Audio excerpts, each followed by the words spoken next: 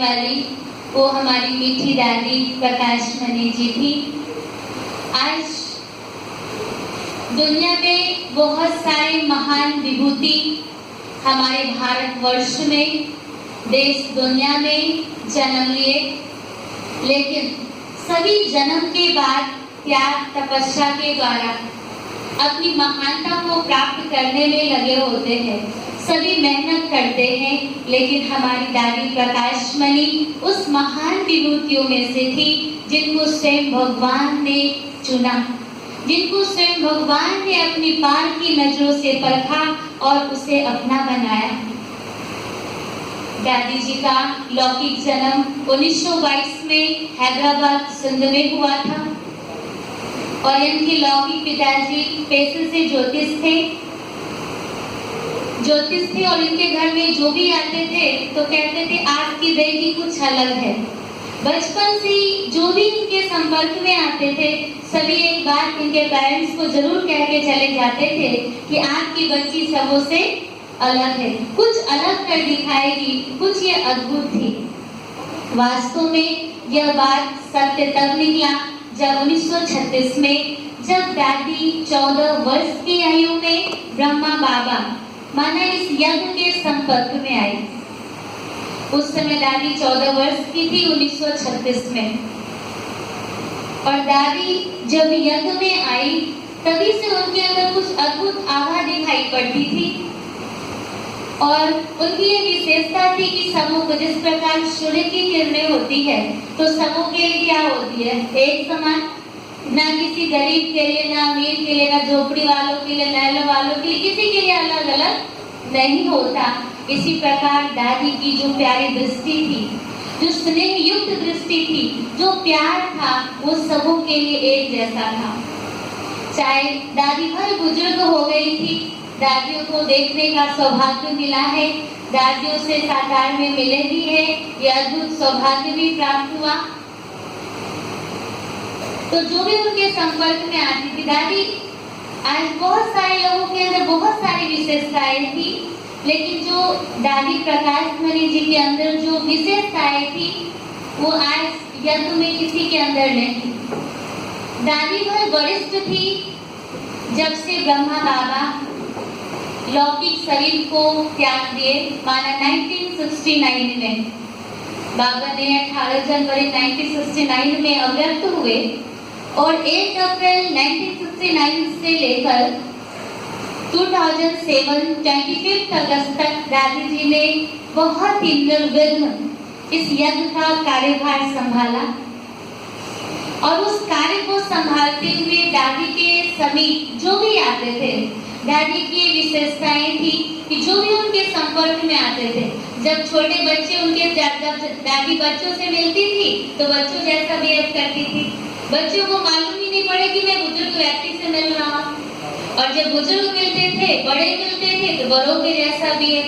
तो ये अद्भुत दादियों का व्यवहार था कि कोई भी मिलता था तो उनको लगता था कि ये मेरी माँ है। चाहे कोई भी धर्म वाले मिलते थे, दादियों ने अन्य धर्म वालों की बहुत अच्छी सेवा की अपनी कार्यभार में। जब दादी विदेश की भी सेवाएं की, जहाँ भी जाती थी, दादी विदेशों में भी जाती थी तो लोगों को लगता था कि हमारी भारत की माँ आई है, ये हमारी माँ है। कोई भी देखता तो उसे अपनेपन की फीलिंग होती थी। और जब यज्ञ की चीफ थी तो जब चीफ होते हैं तो प्यार की भी और कुछ मर्यादा और नियमों को सिखाने की भी जरूरत हो जाती है। तो दादी जब भी शिक्षा भी देती थी किसी को तो उनके अंदर कोई ऐसी, उनके अंदर वो संकल्प नहीं रहता था कि उनके अंदर फलाने के अंदर ये अवगुण है। दादी की बहुत बड़ी विशेषता थी कि अगर कोई व्यक्ति गलती करता था, जब भी उनके समीप आते थे दादी उसको समझाने दे देती थी, लेकिन फिर वही व्यक्ति उस सभा में आता था तो दादियों को ये पता नहीं होता था कि मैं पहले इसको समझाने दी है या पहले उन्होंने ये गलती की है, दादी भूल जाती थी। ऐसी दादी दूसरों की विशेषताओं को अविस्मरणीय कर देती थी। दादी की मेमोरी इतनी स्ट्रॉन्ग थी कि दादी नाम सहित किसी को भी याद कर लेती थी। कितनी भी बड़ी सभा हो, लेकिन दादी नाम सहित किसी को बुला लेती थी। ये दादी की अद्भुत मेमोरी थी। कभी किसी की विशेषताओं को चित्त पे नहीं रखना, ये दादी की विशेषताएं थी। दादी के 3 स्लोगन्स थे, निमित्त, निर्माण और निर्मल वाणी। आज हम सभी काम तो करते, जैसे एक परिवार की जिम्मेवारी संभालते हैं, क्या महसूस करते हैं? क्या महसूस करते हैं? हाँ, प्रेशर की फीलिंग होती है, होती कि अरे बहुत बड़ा परिवार को लेके चल रहे हैं ना, ऐसा फील करते हैं। लेकिन जब दादी से कोई पूछता था कि दादी आपके यहाँ इतनी कन्याएं हैं, इतने भाई हैं, अगर घर में 2-4 बच्चियां किसी को हो जाए तो बहुत चिंता सताती है कि अरे इतनी बच्चियां और आपके पास इतनी बच्चियां, कभी आपको चिंता नहीं होती? तो दादी कहती थी कि अरे ये बच्चे तो हमारे हैं नहीं, ये तो शिव बाबा के चलाने वाला तो परमात्मा है, वो सबकी पालना करते हैं। ऐसे दादी बिल्कुल ही न्यारा होकर, हमेशा निमित्त भाव से, कभी भी प्रेशर की फीलिंग में बहुत रिलैक्स होकर। तो दादी के 3 स्लोगन थे, निमित्त, निर्माण, बहुत ही निर्माणता, उनकी हर एक्टिविटी से निर्माणता की भाषणाएं आती थी, और निर्मल वाणी, माना हमेशा मधुर। ये दादी की 3 स्लोगन, निमित्त, निर्माण और निर्मल वाणी। ऐसी हमारी दादी स्नेह की मूर्ति थी। जैसा उनका नाम था प्रकाश मणि, वो वास्तव में प्रकाश की पुंज थी, जो आज हम सबों के बीच साकार में तो नहीं है, लेकिन वो अद्भुत प्रकाश की किरणें हम सबों के ऊपर साकार में तो नहीं, लेकिन अव्यक्त रूप से है। आज हम सभी के बीच नहीं है, लेकिन अव्यक्त रूप से उनकी शक्ति, उनकी स्मृति, उनकी वरदान, उनकी आशीर्वाद, वो हम सबों के बीच है, और हम सभी उनकी उन सारी ब्लेसिंगों को अनुभव करेंगे। आज श्रद्धांजलि दादी जी की 10वीं पुण्य स्मृति दिवस है। दादी जी 2007 में शरीर को थोड़े समय के हिसाब पूरा करने के बाद दादी जी ने शरीर को 2007 में छोड़ा, और 10वीं आज पुण्य स्मृति दिवस है दादी जी की। तो दादी जी की पुण्य स्मृति दिवस पर कि दादी जी की जो 3 स्लोगन थे, निमित्त, निर्माण और निर्मल वाणी, तो हम सभी भी उसको अपने प्रैक्टिकल लाइफ में धारण करेंगे। हमें भी अपने कर्मों में निमित्तता हो कि कराने वाला कौन? जैसे दादी ने इतनी बड़ी यज्ञ का संचालन करके बिल्कुल ही निर्विघ्न रही, ऐसे हमें अपने जहाँ भी है, जो भी हमारे कार्यभार है, हम उस सभी को बिल्कुल ही न्यारा और प्यारा होकर उसको पूरा करें, निमित्त, और हमारे एक्टिविटी में बिल्कुल निर्माणता। जिस प्रकार आज बॉडी कॉन्शियस की दुनिया है, तो ईगो क्या हो जाता है, तुरंत आ जाता है, और चाहे जैसे ही ईगो आया, हमारे अंदर से बहुत सारी डिविनिटी क्या हो जाती है, समाप्त हो जाती है। तो हमारी जो व्यवहार है उसमें निर्माणता हो, और हमारी वाणी कैसी हो, निर्मल।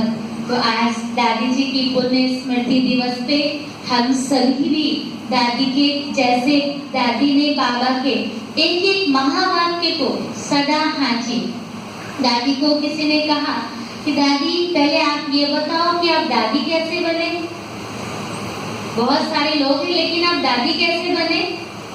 तो दादी ने कहा ये भी कोई बताने की बातें है क्या? तो जिन्होंने पूछा, बोले नहीं, ये बात तो आज आपको बताना पड़ेगा कि आप दादी कैसे बने। तो दादी ने कहा कि बाबा, जो ब्रह्मा बाबा के द्वारा जो भी श्रीमत देते थे, या बाबा कुछ होमवर्क देते थे, किसी को कोई कार्यभार देते थे, तो पूछते थे, बाबा जैसे ही देते थे, कहते कौन करके पहले दिखाएगा? तो दादी नंबर 1 हाथ उठाती थी कि सबसे पहले मैं करके दिखाऊंगी। ऐसे ही दादी ने कहा कि ऐसे ही करके बाबा ने आगे रखा। मैंने, और दादी ने कहा कि भले मुझे वो कार्य आए या ना आए, भले औरों से मदद ले लेती थी, बाद में पूछ लेती थी कि यह कार्य कैसे होगा, लेकिन उस समय मैं क्या कह देती थी, हाँ जी कहती थी। और जैसे ही हाँ जी कहा, बाबा के वरदान ना कहा तो निगेटिव में चला गया, हाँ कहा तो पॉजिटिव में। तो कार्य तो बाद में होगा, लेकिन भावनाएं सबसे पहले जमा हो जाता, भावनाओं का अकाउंट। तो सबसे पहले दादी ने हाँ जी कहा तो पहले ही ब्लेसिंग मिल जाती थी, और वो कार्य आए या ना आए कार्य सहज हो जाता था। ऐसे दादी ने बाबा की श्रीमत में आगे बढ़कर बाबा की हर श्रीमत को, बाबा ने जो भी जिम्मेवारी दी, सभी जिम्मेवारियों में हाजी का पाठ पक्का करके दादी ने नंबर 1 गई दादी, संपन्नता को पाई। तो आज हम सभी भी दादी जी की पुण्य स्मृति दिवस पे दृढ़ संकल्प लेंगे कि जैसे दादी नंबर 1 गई, वैसे हमें दिव्य गुणों से सुसज्जित होकर दादी के समान, जैसे दादी बाप समान बनी, वैसे हम सभी को भी क्या करना है, बनना है। तो आज हम सभी विशेष दादी के वरदानों की अनुभूति करेंगे और फील करेंगे कि आज दादी हम सबों के बीच है। और बहुत सारे यज्ञ में दादी की एक विशेष वरदान बाबा ने दिया कि बहुत सारे लोग यज्ञ में आए गए, दादी भी हुए, वरिष्ठ भी हुए, लेकिन दादी जी को बाबा से एक विशेष वरदान प्राप्त हुआ कि जैसे आज कोई भी आत्मा शरीर छोड़ती है तो वापस 13 दिन के बाद क्या हो जाते हैं, जन्म ले लेते हैं। उसके बाद फिर उसे कोई चांस नहीं होता है शरीर से वापस निकलने का। तो जब दादी संपन्न बन गई, जब बाबा के पास सूक्ष्म वतन में गई, 13 दिन तक दादी बाबा के पास सूक्ष्म वतन में रही, दादी लाइट के शरीर में। तो दादी कहती थी कि बाबा मैं अब जन्म नहीं लूंगी, अब मैं जन्म नहीं लूंगी क्योंकि मेरा काम पूरा हो गया। बाबा ने कहा आप जन्म नहीं लोगे, लेकिन बाबा के कार्य के, बाबा की प्रतिष्ठा के लिए, बाबा के कार्य को पूरा करने के लिए आपको जन्म लेना है। तभी भी दादी कहती नहीं मैं नहीं लूंगी, तो बाबा ने कहा नहीं लेना होगा, आपको एक विशेष वरदान प्राप्त होगा कि जब चाहे आप बाबा के पास आ सकते हो और जब चाहे बाबा से मिल सकते हो। तो दादी को एक अद्भुत वरदान प्राप्त है वतन में बाबा से मिलने का, कि जब भी दादी चाहे वो छोटा बच्चा हो, जब दादी जन्म ली तो बाबा ने बताया कि दादी ने जन्म लिया, क्योंकि वो तो बाबा तो कहते जानी जाना हार है। बच्चे पूछते थे कि बताओ बाबा दादी जन्म कहाँ लिए, तो बाबा कहते थे मैं तो बताऊंगा लेकिन आप सभी जाएंगे तो नहीं। तो बच्चे चुप हो जाते थे कि जब जाएंगे नहीं तो फिर पता करके क्या करेंगे। तो दादी को एक विशेष वरदान बाबा ने दिया, वतन में आने और जाने की, बाबा से मिलने की, एक अद्भुत वरदान जो सिर्फ दादी को ही प्राप्त है। और हम सब दादी बाबा से मिलती रहती और हम सबों के समाचार भी लेती रहती। तो आज हम सभी दादी के विशेष वरदानों को अनुभूति करेंगे और दादी को भोग भी स्वीकार कराएंगे। फिर सभी एक एक करके श्रद्धांजलि भी देंगे और वरदान भी लेकर जाएंगे। बिल्कुल साइलेंस में लाइन में आएंगे और लेकर फिर जाएंगे। अभी मेडिटेशन करेंगे 10 मिनट और उसके बाद भोग लगाएंगे। फिर उसके बाद श्रद्धांजलि देकर वरदान लेकर फिर भोग लेकर जाएंगे। ओम शांति।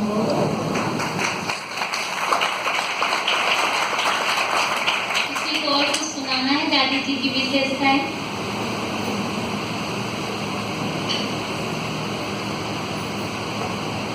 अभी बात नहीं, अभी सुना है, सुना है।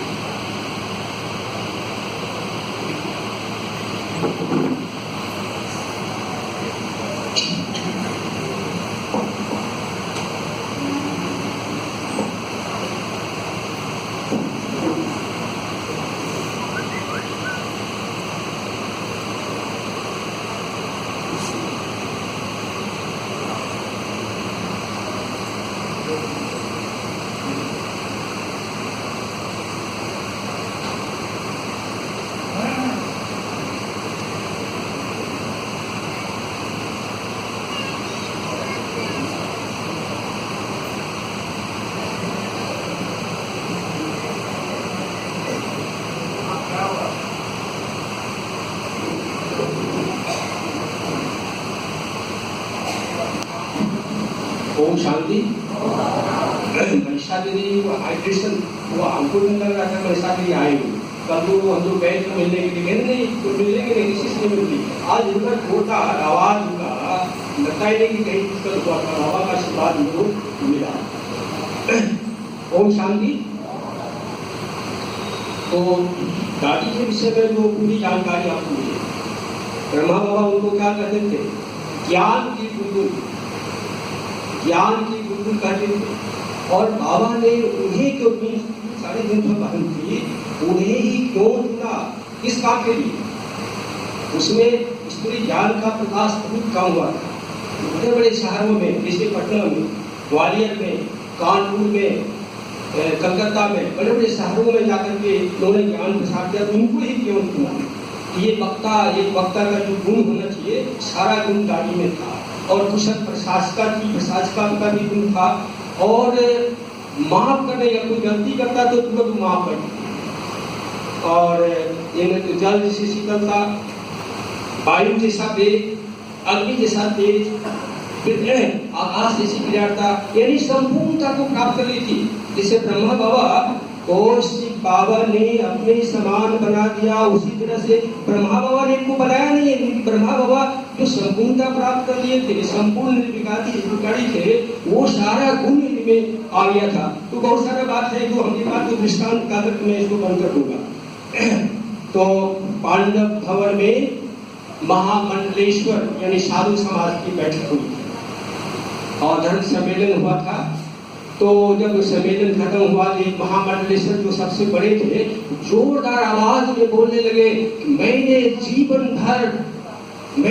जीवन भर दादी और बाबा का के खिलाफ ही बोलता आ रहा हूँ।